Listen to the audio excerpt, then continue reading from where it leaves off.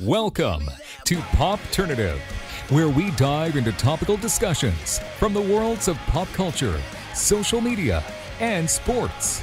Here is your host, Peter Remoliotis, aka PD Beats.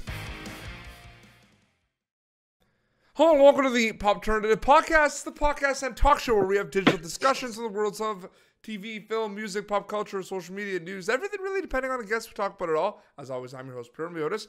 On social media, you know me as PD Beats. My guest is a musician. He is the founder and frontman of Bowling for Soup. We're with Jaret Reddick. Jaret, welcome to Popternative, man. Thanks for having me. Yeah, this is awesome. Yeah, no, I'm excited to do this interview. I mean, you know, you found it, like, we were talking about this before. I mean, there's a lot of Bowling for Soup music out there in the world. Yeah, it's, we started in 94. Things happened pretty fast. We had an album out first 3 months we were together, which back in those days was pretty unheard of. I mean, we were still recording to, we were still recording to tape, basically. Mm-hmm. And having to send off for cassettes, things have definitely evolved and changed a lot. But it's 20 something albums we've got, so there's a lot of material out there. Oh, absolutely. Yeah, there's a lot of material out there. I mean, I kind of want to know. I mean, I'm sure like you're asked the same questions all the time, like the band name, how did that come to be, how did the band start? Yes, but here's my question for you in terms of it. When was the moment for you and the band where, whether it was like a release or a certain show, where you were like, okay, we got something special here, like this is what we're doing? I mean, there's a specific day and that happened. I mean, we had been together for about I guess about a year and a half or so, and maybe 2 years, and we were playing a show in Abilene, Texas, and our song. We had a couple of songs actually that were playing on the radio station there, small town Texas, but this show was huge, and it was this, like 4,000 people there. We were opening up for another band that was on the station as well, just a big citywide, just one of those radio shows that just worked and everybody showed up. Mm-hmm. And we played that show and everybody was singing along, and we were sweaty and happy, and I just looked at the guys and I was just like, man, I think I got it figured out. Like, I think we can do this. So, we made an agreement that night. I just said, you have to trust me, and you have to, and basically the band has to come first. You've gone to your last birthday party. You're not going to go to weddings anymore. We're not going to go to funerals. Like, we're going to just be in Bowling for Soup. And everybody agreed to it. And, that's what we did. That's great that you actually know like the specific like time and date of that. That's cool. I mean, bowling's like, you've done a lot of other cool things, but Bowling for Soup kind of started everything for you, basically. Yeah, I mean, it definitely started me into this entertainment world. I mean, at that point, we were doing it just for fun. I mean, we all had, me and Chris had already graduated from college. I had my own business at the time.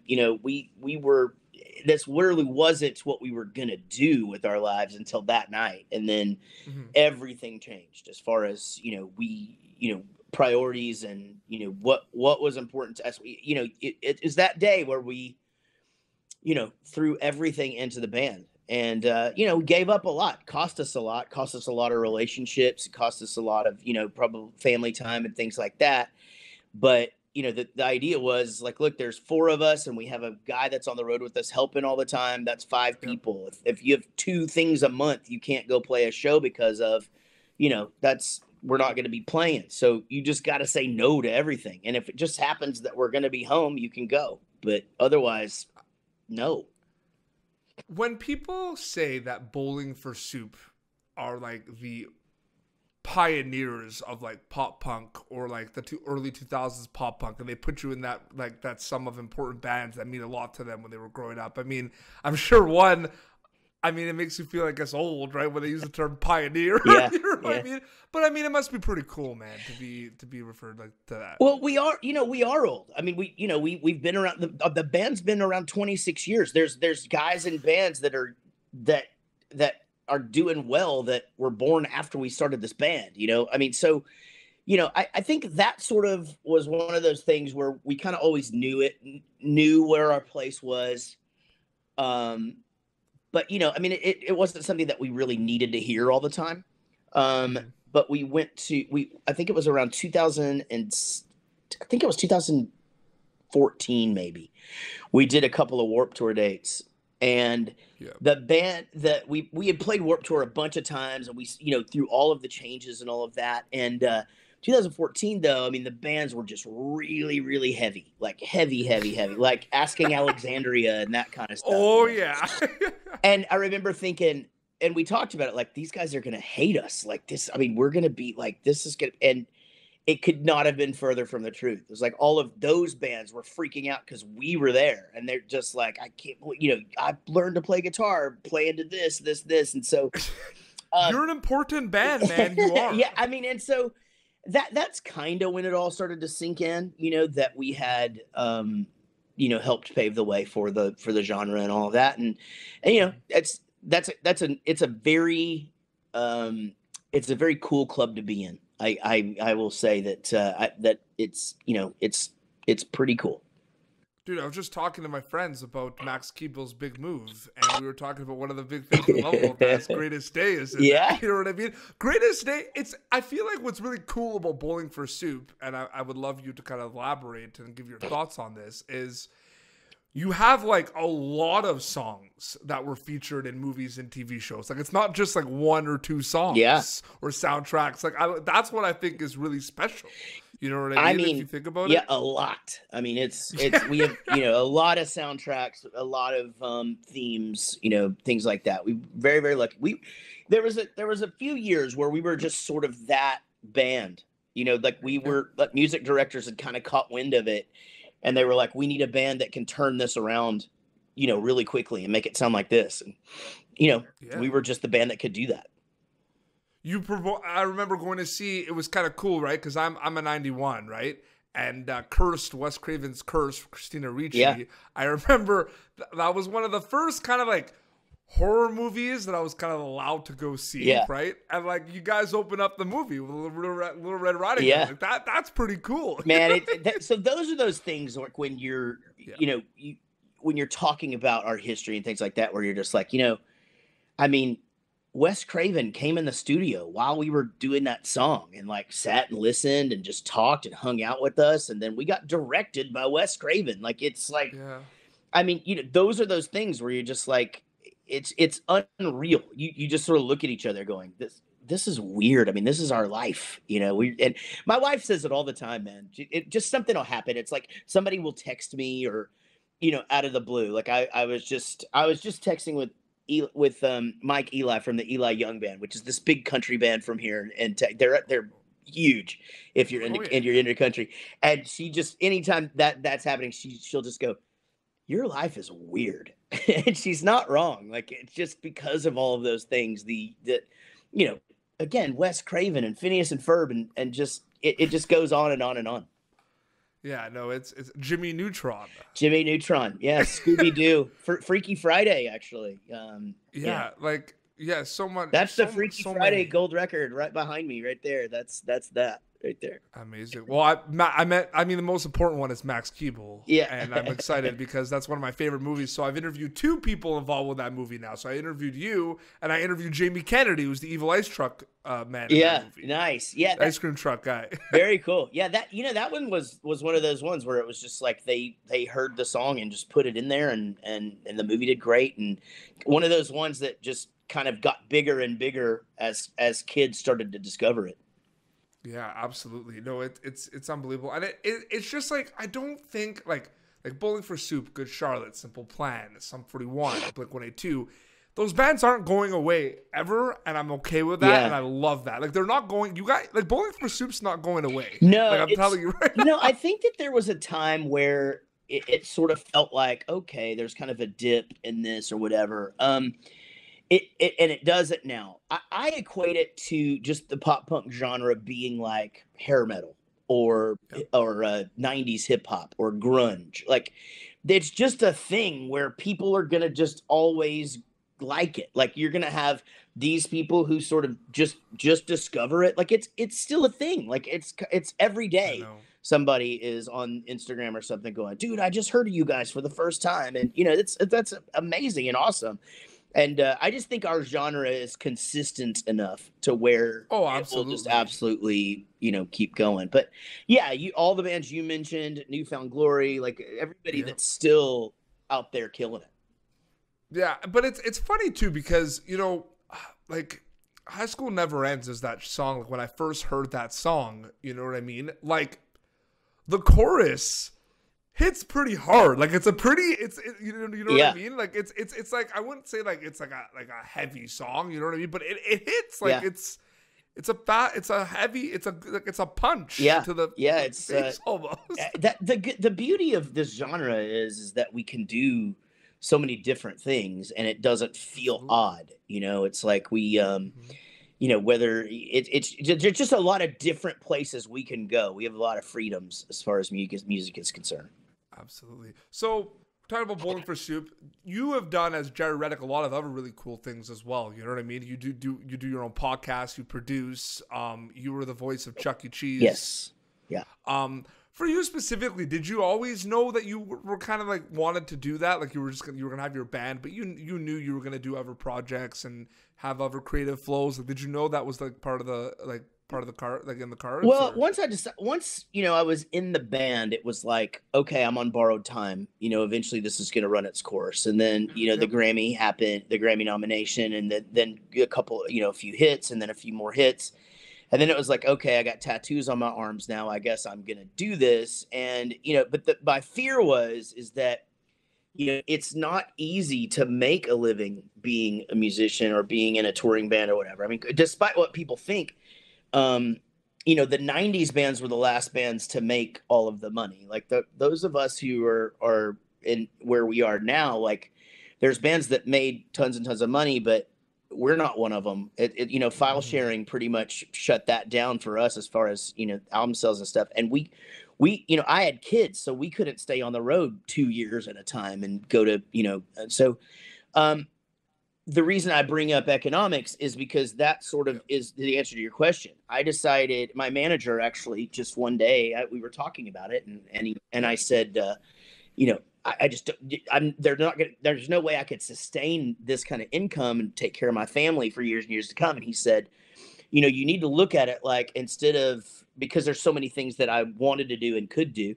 He said, don't look at it as one thing that can make you $150,000. Find 10 things that can make you $15,000. And and it was like, that just sticks with me all the time, So, and I don't just do things that make me money. I do most things I do because I love them, but there are things that I have to pay attention to where I'm like, look, I've got to pay rent, so I'm family array. Yeah, absolutely. Yeah. I'm lucky because Bowling for Soup is a steady job and Chuck E. Cheese is a steady job. And then, all of the rest of the things that I do is just wild card stuff. But, it's, again, you throw as many lines out there. It's like what we call a trot line here in Texas. You set a trot line and it's just, these baited hooks throughout the lake or whatever. You put as many of them out there as you can and then you go check. And some of them have fish, and, that's what you do. I wanted your kind of opinion on a few things right now. Spotify is something. Before I go to that, I mean, you go on YouTube and you put 1985 and you search a music video. And although that music, those videos were put, 10, 11 years ago, I mean, that video has 40 million views. Yeah. Yeah. It's like, pretty crazy. That's, yeah. I mean, not a lot of guys, like, you have that, right? Yeah. Like, and have that guy. Yeah. And and then there's other songs that are, probably half as much, but that there's several that are like that. Yeah. It's, and again, my daughter, is 17. She was born the day that we got nominated for a Grammy for Girl All the Bad Guys Want. And literally in the delivery room when I found out. Big day. But she's never been one to just like both of my sons will just flat out just tell the guy at the gas station, like, my dad's famous, like he's, whatever. And they love it, But Emma's just always kind of just, she doesn't put it out there. She doesn't, use it to impress people or anything like that. And she texted me last year and she just goes, Dad, they're talking about you in such and such class. do you know how many Spotify listeners you have? And I was like, yeah, I think it's like, at the time, I think it was like 2.8 million a month. It's bigger than that now, which is awesome. But I go, I said, yeah, I think it's 2.8 million unique listeners a month or whatever. And she just goes, yeah, Dad, that's a lot. Like you're really popular. And I said, yeah, I've been trying to tell you that for 16 years, but I'm just Dad. But yeah, I mean, it's definitely one of those things where, our genre, you sort of led into Spotify. I mean, that's another thing about pop punk is pop punk just streams really, really well. We just do. It's something. It's almost like, this is what I've equated it to. It's like all of us got really popular, right, around 2000, between 2002 and 2005, right, and that's when file sharing was like at its peak. So none of us sold millions and millions and millions of records. I mean, Good Charlotte sold a shitload of records, but it would have been astronomically more had Napster and LimeWire and those things not existed. And they were just in the process of making iTunes a thing where you could do it legally or whatever, and people were still trying to accept it and all that. So quite frankly, we weren't getting paid for selling music, because that's not how the big business works. You just, it takes a million records to recoup. It just does. So I look at it like it's just sort of like our time coming now, because our music streams so good. And like you can compare it to bands that are popular now or bands that were popular after us or before us.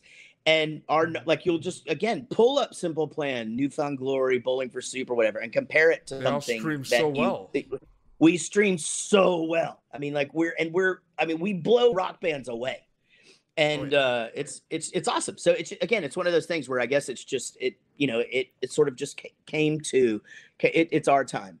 No, absolutely. The streams are huge, and it's amazing. And we're talking about like kind of Spotify and stuff. I understand that you have your own podcast. You do podcasting as well.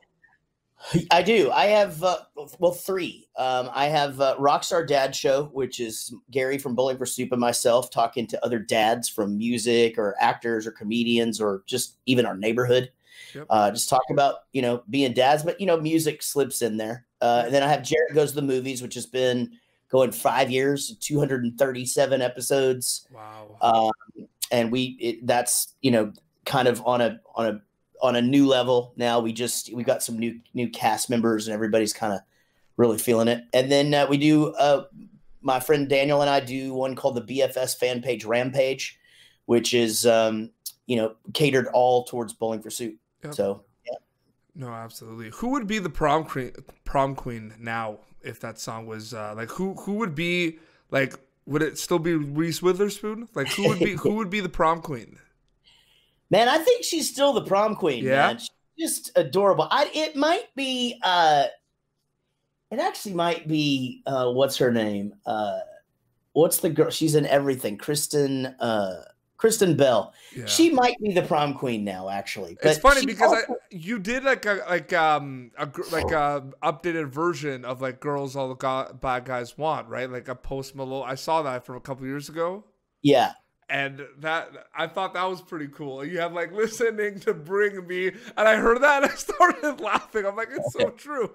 Yeah, I tell you, I didn't write that. The BBC wrote it, and I just performed it. And I some of those reference, I was saying, I don't get this or whatever. I really didn't know what I was talking about. So that just goes to show Bring Me nailed the it. Horizon. Oh, I know that one. I know that one. Well, it's funny because you mentioned Asking Alexandria. I just want to say I used to be like in bands, and I used to play drums. That's why my name's PD Beats, because I used to be a concert promoter, and like my local band in Montreal, we opened for Asking Alexandria, like when they were getting like really big. So no, it's really cool to kind of see all that and everything. But the thing is, you have to understand, like I don't want to get all like serious on you right now. It's just like, for sure, about this. High school and like everyday life is really tough, and people go through tough times. Okay. Yeah. And what a lot of people did, and I know I did, and Bowling for Soup were one of these bands with Sum 41, Rise Against, all these bands, is Green Day, I went to these bands when I was like having a hard time, and I would kind of use it as an escape, and I would use it kind of as medicine. And man, is it freaking powerful and amazing. So I just wanted to say, Jaret, thank you and the members of Bowling for Soup, because you mean a lot to a lot of people like myself, and brought us through tough times in high school. Thank you, man. I do hear that a lot. You know, when I first started hearing it, it's like anything else, you know, it's sort of like, what? You know, there's a band from Canada called Flashlight Brown that I just absolutely loved. And they had a song about that where they're just like, some fat kid told me, yes, we saved his life. What the hell is going on? You know, and I don't mean to make light of it. I get it now. I understand, because I do think music is so powerful. And I think, you know, especially a band like us, that we're not going to dump a bunch of heavy stuff on you. You know, it's fun. Like Bowling for Soup is fun. Yeah. And we kept it that way by design. You know, I'm on record as saying, you know, I think some of the bands that we, you know, came up with went on to do more serious things, like get into politics and things like that. And I think there's a place for all of that. It just isn't us. That's just not something Bowling for Soup would do. And so, you know, we just stayed the course, and, you know, our new stuff is no different. I mean, I know every band says this, and I'm definitely just like all of you guys who are watching, listening to this. When a band that you've been listening to for 15, 20 years comes out with something new, you're just like, yeah, whatever. I like the old stuff. But our new stuff is awesome. Well, thank you for telling me this, because I was going to get up. So I've interviewed a lot of pro wrestlers on my show, and when I had Tyler Breeze from the WWE, we actually talked about it. I mean, like, we have to talk about Alexa Bliss. I mean, come on, we got to talk about that. Yeah, Larry, absolutely. Steve, come on. Yeah. I met Alexa Bliss sort of by accident.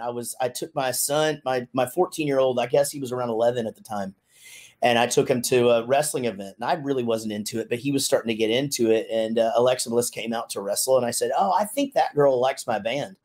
And he goes, "What?" And so I Googled it, and I showed him, like, she had taken some pictures in a Bowling for Soup shirt. And then he goes, "Well, you should message her." And so I DM'd her on either Twitter or Instagram. And she wrote me right back. Like, she was still backstage. She had just wrestled and wrote me right back. And she was like, "Are you coming back here? Are you VIP?" And I'm like, "No, I just bought a ticket, just brought my kid here," or whatever. But yeah, then she actually invited me and my family up to the Royal Rumble in Philadelphia that year. So we all went up and had just a great time, got to meet everybody. Yeah. And then she came to a Bowling for Soup show down in Orlando, and I brought her out on stage during Girl the Bad Guys Want. And so we developed a friendship. She's dating my friend Ryan Cabrera, who's from Dallas. And so, you know, we have game nights and just, you know, text and shit. And I love that song. That song's so good. Well, yeah. So the song, basically, I was just like, why isn't there a pop punk band doing anything? Like, why is it all this, you know, Midwest cock rock is what they all come out to? And so I just, you know, I wrote a song about her, sent it to her on her birthday, and made her cry. And so good stuff. It's because I've seen interviews. There's a lot of wrestlers that like pop punk. I've saw interviews with like Seth Rollins say like he liked Simple Plan. Like I've seen that before. Man, important bands like groundbreaking bands. Jaret, thank you so much for coming on Popternative. I really enjoyed chatting with you, man. Thank you, man. Thanks for having me. Absolutely. So can you plug away? I mean, you mentioned them quickly. I mean, where can people follow you on social media and the podcast? And there might be some new Bowling for Soup stuff coming out. Yeah. Just follow me everywhere, Jaret 2113. You can find Bowling for Soup on Instagram, Twitter, Facebook, everything. My podcasts are Jaret Goes to the Movies and Rockstar Dad Show. That's kind of it, man. My new website's coming soon, actually probably like next week. So just, you know, if you're listening to this, go to jaretreddick.com and it's all there. Absolutely, man. Well, thank you so much. And seriously, man. Oh, another thing too is, like, you bring it up, like people have asked you, just so for people that want to know, Bowling for Soup, the bad, what was the bad name? Like, what is that bad name from? I'm gonna let your listeners Google it, because I've been answering that for 26 years. Yeah, I know. And That's a good, yeah. Okay, Google that, and then that will help the SEO of Bowling for Soup. Are you happy that I didn't ask that question though? It must be refreshing. Like at the beginning of the interview. You know what? I just say that to be silly about it. Honestly, man. I mean, it's a weird name. It's like, but we used to have a thing where anytime anybody asked us, we'd have to come up with a new answer. And so like one time somebody asked Chris, where'd you guys get the name Bowling for Soup? And he's like, we stole it off a dead guy. And so another person was like, why'd you name the band Bowling for Soup? And I was like, Hoobastank was taken. And, you just got to have fun with it. But in all seriousness, it's from a Steve Martin joke where he's working on a television show called Bowling for Shit. And we originally were called Bowling for Shit and had every intention of changing it until we were booking our first show 4 weeks into our band being a thing. And, we changed 3 letters, became Soup. Similar thing, shout out to Ottawa Pop Punk.